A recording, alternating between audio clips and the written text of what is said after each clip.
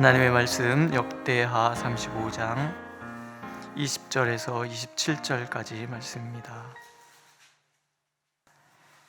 역대하 35장 20절에서 27절 함께 읽겠습니다. 20절. 이 모든 일 후 곧 요시야가 성전을 정돈하기를 마친 후에 애굽 왕 느고가 유브라데 강가에 갈그미스를 치러 올라왔으므로 요시야가 나가서 방비하였더니 느고가 요시야에게 사신을 보내어 이르되 유다 왕이여, 내가 그대와 무슨 관계가 있느냐? 내가 오늘 그대를 치려는 것이 아니요 나와 더불어 싸우는 족속을 치려는 것이라. 하나님이 나에게 명령하사 속히하라 하셨은즉 하나님이 나와 함께 계시니 그대는 하나님을 거스르지 말라. 그대를 멸하실까 하노라 하나 요시야가 몸을 돌이켜 떠나기를 싫어하고 오히려 번장하고 그와 싸우고자 하여 하나님의 입에서 나온 느고의 말을 듣지 아니하고 무기또 골짜기에 이르러 싸울 때에 활 쏘는 자가 요시야 왕을 순지라. 왕이 그의 신하들에게 이르되 내가 중상을 입었으니 나를 도와 나가게 하라. 그 부하들이 그를 병거에서 내리게 하고 그의 버금 병거에 태워 예루살렘에 이른 후에 그가 죽으니라. 그의 조상의 요실에 장사되니라. 온 유다와 예루살렘 사람들이 요시야를 슬퍼하고 이를 위하는 그를 위하여 애가를 지었으며 노래하는 남자들과 여자들은 요시야를 슬피 노래하니 이스라엘의 규례가 되어 오늘까지 이르렀으며 그 가사는 애가 중에 기록되었더라. 요시야의 남은 사적과 여호와의 율법에 기록된 대로 행한 모든 선한 일과 그의 처음부터 끝까지의 행적은 이스라엘과 유다 열왕기에 기록되니라. 아멘. 히스기야 왕 통치 6년에 북이스라엘이 아수르에 의해서 멸망을 합니다. 그렇게 시간이 지나다가 요시야 왕 때에 아수르가 급격하게 몰락을 해요. 그러니까 아수르가 몰락해가고 있다는 얘기는 북이스라엘 지역에 대한 아수르의 영향력이 약해진다, 그런 의미죠. 요시야가 개혁운동을 일으킬 때 그의 영역을 에브라임, 므낫세, 시므온, 납달리 지역까지 넓히잖아요. 그렇게 할 수 있었던 이유는 아수르의 영향력이 그곳에 미치지 않았기 때문에 그렇습니다. 이 기회를 이용해서 요시야는 이제 남북을 통일하는 거죠. 통일된 이스라엘 왕국을 건설하려고 노력을 했던 것 같아요. 이게 얼마나 감격스럽습니까? 나뉘어졌던 나라가 이제 요시야 안에서 하나가 되는 그런 기회가 되니까요. 더 중요한 것은 남북으로 종교적인 통일이 이루지 않았잖아요.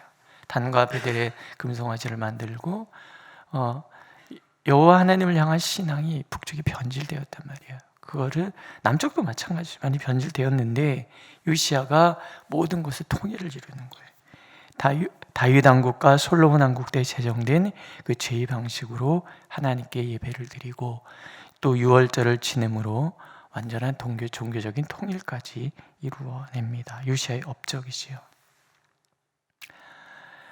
그렇게 하나님 앞에서 다윗 왕의 그 길을 걸어가는 요시야 왕에게 하나님께서 선물같이 주신 게 뭐냐면 율법책의 발견인 거예요.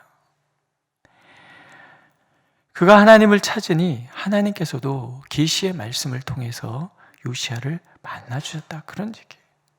요시야가 율법 말씀을 들으면서 옷을 찢었던 이유는 그 말씀을 정확하게 들었기 때문에 그래요. 그동안의 모든 이스라엘이 하나님 앞에 범죄한 모든 것들에 대한 회개가 그 마음에 담겨져 있고 하나님의 말씀을 들으니까 요시야가 마음과 뜻과 힘을 다해 하나님을 섬기겠다고 다짐하기까지 한 거죠. 말씀이 우리를 다시 세우는 거예요. 말씀이 우리를 견고히 세우는 거예요. 말씀을 잘 몰라도 신앙 좋을 수 있어요. 하나님을 전심으로 바랄 수 있어요. 그러나 말씀을 통해서 우리는 하나님이 누구신지를 더 명확하게 알 수 있게 되는 거죠. 말씀의 약속들에서 하나님의 놀라우신 은혜가 있다는 것을 알게 되는 거예요.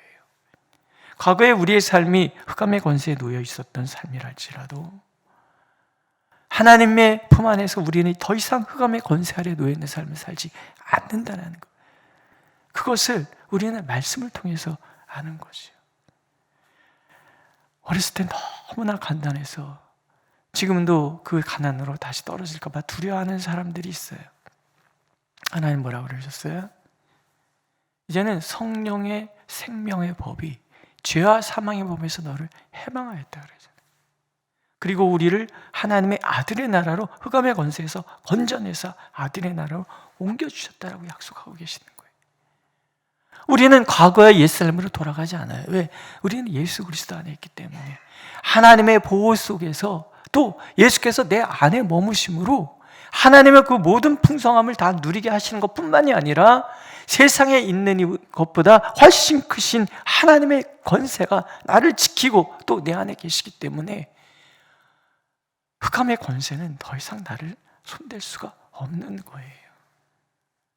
막연하던 이런 이야기들을 우리는 말씀을 통해서, 로마서의 말씀과 골로새서의 말씀을 통해서 우리는 확실하게 알게 되는 거예요. 하나님 안에 감추어진 나의 생명을 빼앗아갈 수 있는 것은 어떤 것도 없는 거예요. 그래서 나는 은혜의 보좌 앞으로 나갈 수 있어요. 믿으십니까?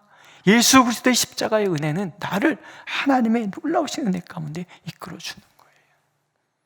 하나님은 요시야에게 선물같이 율법책을 발견하게 하시고 율법을 읽고 듣는 사람이 되도록 만들어주시고 더 분명하게 하나님 앞에 서게 만들어주시는 거죠.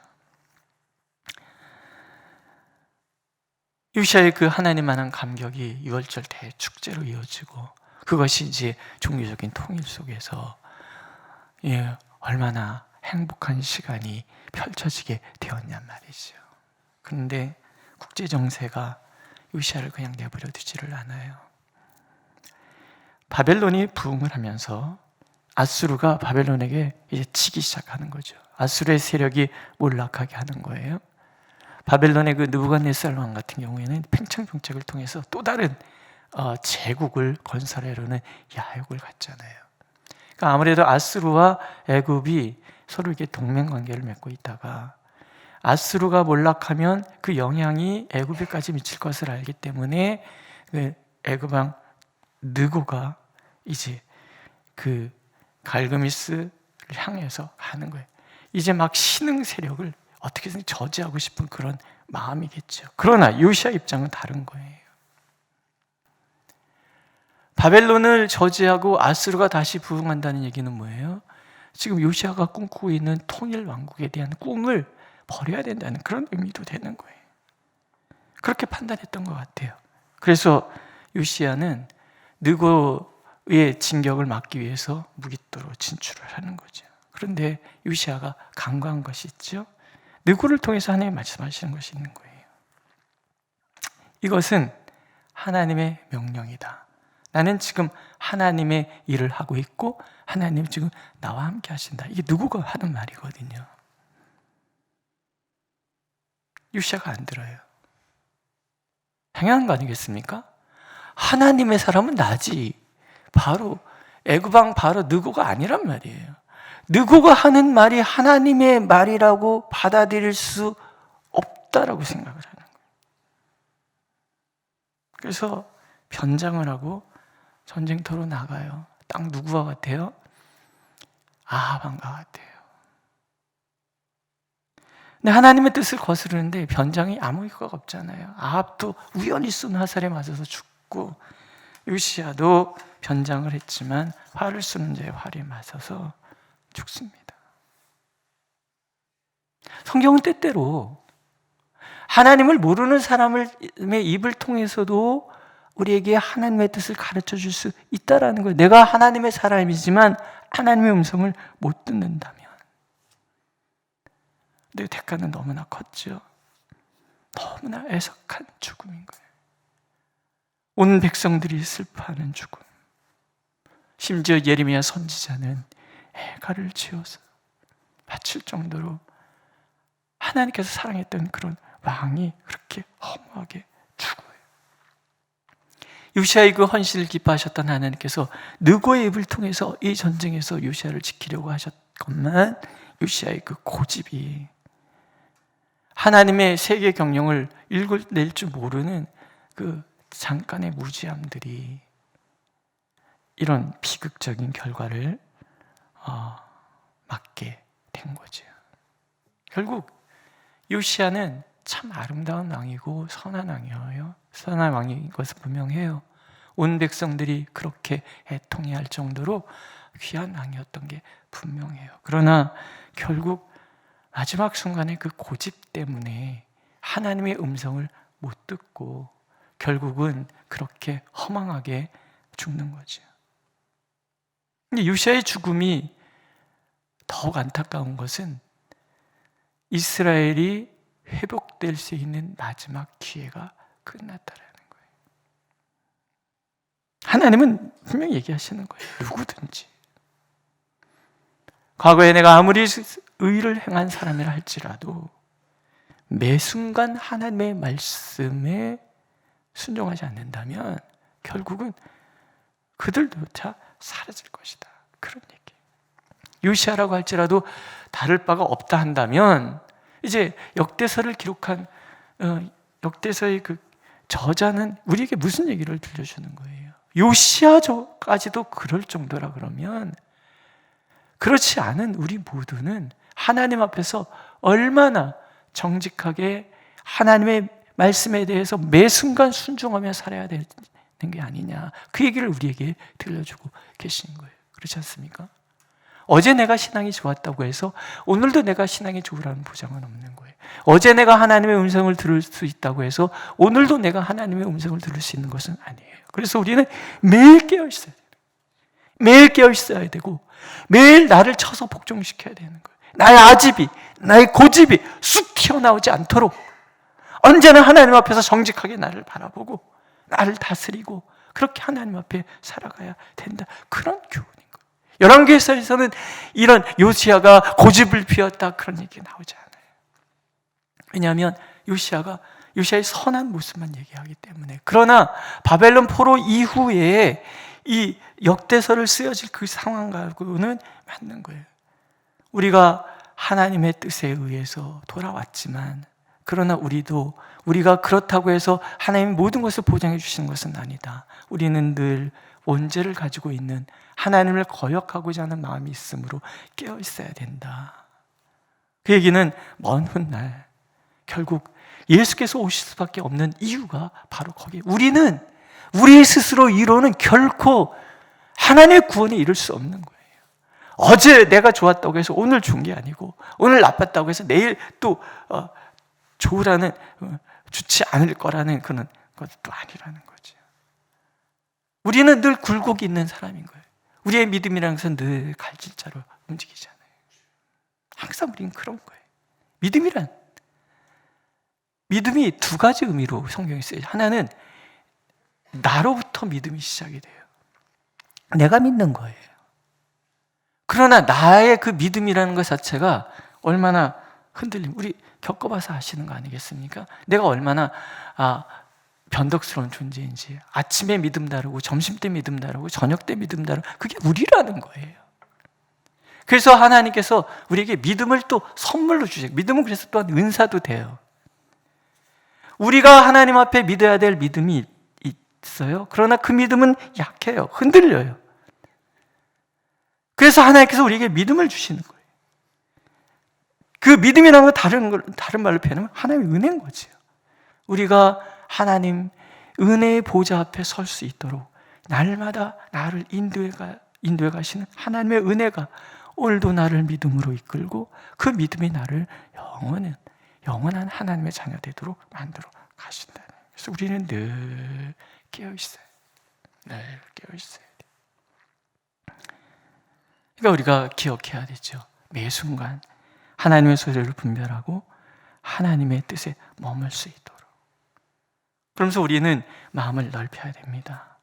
편견을 가지고 내 마음의 어떤 편견, 네가 무슨 애굽 사람인데 하나님의 음성을 듣느냐, 이런 편견이 아니라 정말 하나님의 뜻에 겸손히 마음을 내려놓고, 그러면 하나님의 세계 경영이 보이는 거죠.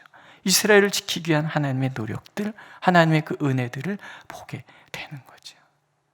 어쩌면 하나님께서는 애굽과 바벨론의 세력 균형을 통해서 이스라엘을 지켜내시는 방법을 생각하셨을 수도 있어요. 그러나 하나님의 뜻에 머물지 못하는 것, 다 하나님의 뜻을 소용없게 만드는 결과를 초래한다는 거예요. 동시에 또한 이것 또한 하나님의 역사라는 것을 우리는 잊지 말아야 돼요. 요시아의 이런 죽음은 무분별한 우상숭배와 만연한 세속주의, 또 양들은 돌보지 않고 자기 배만 채우는 부패한 지도자를 징벌하기 위한 하나님의 때가 이제 되었다, 그런 암시기도 해요. 요시아의 헌신 때문에 잠시 그 하나님의 심판이 유예되었을 뿐, 이제 하나님의 심판의 때가 다가왔으니 하나님께서 요시아를 데려가시는 거예요. 환난 전에 요시아를 구원하시기 위해서. 그래서 요시아의 죽음 너무나 아름다운 죽음이 되잖아요. 온 백성들이 칭송하고 그 왕실의 묘실에 높은 자리에 두어서 누구나 요시아는 참 좋은 왕이었다, 하나님 보시기 아름다운 왕이었다, 이렇게 만들어 주시는 거예요. 그리고 하나님의 심판의 때가 시작이 되는 거예요. 때때로 우리는 우리에게 일어난 어떤 안타까운 것들이 불편하고 원망스럽고 그럴 수 있어요. 그러나 한편으로 하나님 편에서 생각해 본다 그러면 이사야서에 나오거든요. 하나님께서 의인을 화액전에 데려가시는 거예요.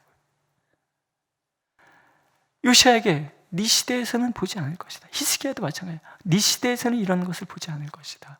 내가 살아간 그 시대, 우리 자녀들의 시대가 평안하기를 원하고 이런 마음도 있지만, 그러나 사실은 나는 내 시대를 살아가는 거죠. 내 시대에 하나님의 은혜가 나와 함께하고 내가 불편한 상황을, 어려운 상황을 경험하지 않도록 지켜주시는 것 또한 하나님의 은혜였다는 거예요.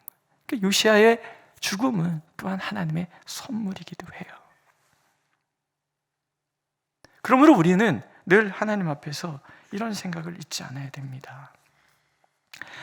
하나님의 역사는 도도하게 흐른다라는 거예요. 잠깐이라도 의로운 자들 때문에 징계를 위해하기도 하시지만 근본적인 회개가 일어나지 않는다면 하나님의 심판의 파도는 멈추지 않고 급격하게 우리를 뒤엎을 것이라는 거죠. 그렇기 때문에 우리는 기도해야 합니다. 하나님의 심판의 때를 늦추기 위해서도 기도해야 되고, 그 심판이 완전히 사라질 수 있도록 우리는 가슴을 치면서 회개하고 기도해야 되는 거예요. 기독교는요, 민족을 사랑하는 종교예요. 이 땅에 기독교가 들어왔을 때 이 민족을 이끌어갔던 종교는 불교도 아니고요, 유교도 아니에요. 오직 예수 믿는 사람들, 그들이 이끌어가는 거예요. 그렇지 않습니까? 독립선언문 작성할 때 거기 참여한 사람들 반수 이상이 그리스도인이잖아요. 적은 숫자인데도 그만큼 영향력이 있었다라는 거예요. 그때 그리스도인들이 전 국민 중에 몇 퍼센트나 됐겠습니까? 드러난 사람들뿐만이 아니라 감춰져 있었던 사람들, 차가운 마룻바닥에서 민족의 앞날을 위하여 눈물로 기도했던 그분들, 한국 전쟁이 끝나고 났을 때 그 폐화된 그 환경 속에서도 차가운 마룻바닥에서 아이를 둘쳐업고 새벽마다 기도했던 어머니들의 그 눈물들이 예배당 바닥을 적셨고, 그 눈물들이 씨앗이 되어서 결국은 우리가 예수 잘 믿을 수 있는 이런 환경 속에서 살아가고 있다는 거예요.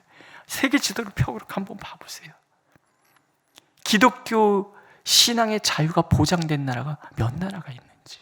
서구 사회는 이미 몰락해 가고 있기 때문에 빼고요. 딱 보면은요, 아시아 끝에 있는 대한민국과 한번 보세요. 북쪽에 북한 탄압이에요. 중국도 탄압이에요. 일본은 다신에서 기독교 인구가 얼마 되지도 않아요. 그리고 보세요. 인도 차나바도 불교 지역이고 사회주의 국가예요. 인도 힌두교 지역이잖아요. 그 다음에 중앙아시아 전체 다 이슬람권이에요. 이 아시아 전체를 통해서 예수 믿는데 아무런 저항이 없고 제약이 없는 나라는 대한민국밖에 없어요. 다른 데를 보세요. 아메리카 지역의 미국 위에 어떤 나라가 종교가 보장됐냔 말이죠. 가톨릭 국가에다가. 결국은 하나님이 주목하시는 나라는 대한민국밖에 없는 거예요. 지금 현재. 근데 지금 이 대한민국이 위기가 찾아온 거예요. 교회가 흔들리고 있단 말이에요. 적어도 우리가 예수 믿는 사람이라면 안목을 갖고 있어야지. 이 민족의 교회를 위해서, 우리 조국 대한민국을 위해서 기도해. 왜? 그래야 우리 교회가 살아야, 대한민국의 교회가 살아야 저 중국을 복음으로 점령하고, 일본을 점령하고, 북한을 점령하고, 이 불교권과 이 이슬람권을 향하여 복음을 전할 수 있는 이 교두보가 마련되기 때문에 그래요. 그러니 악이 심각하게 도전해 오고 있는 거네요. 포괄적 차별금지법뿐만이 아니라 우리 교회 안에 들은 이 세속주의, 물질주의, 성공주의, 교권주의, 이런 것들이 교회를 지금 막 황폐화시키고 있잖아요. 그래서 우리는 기도해야 돼요.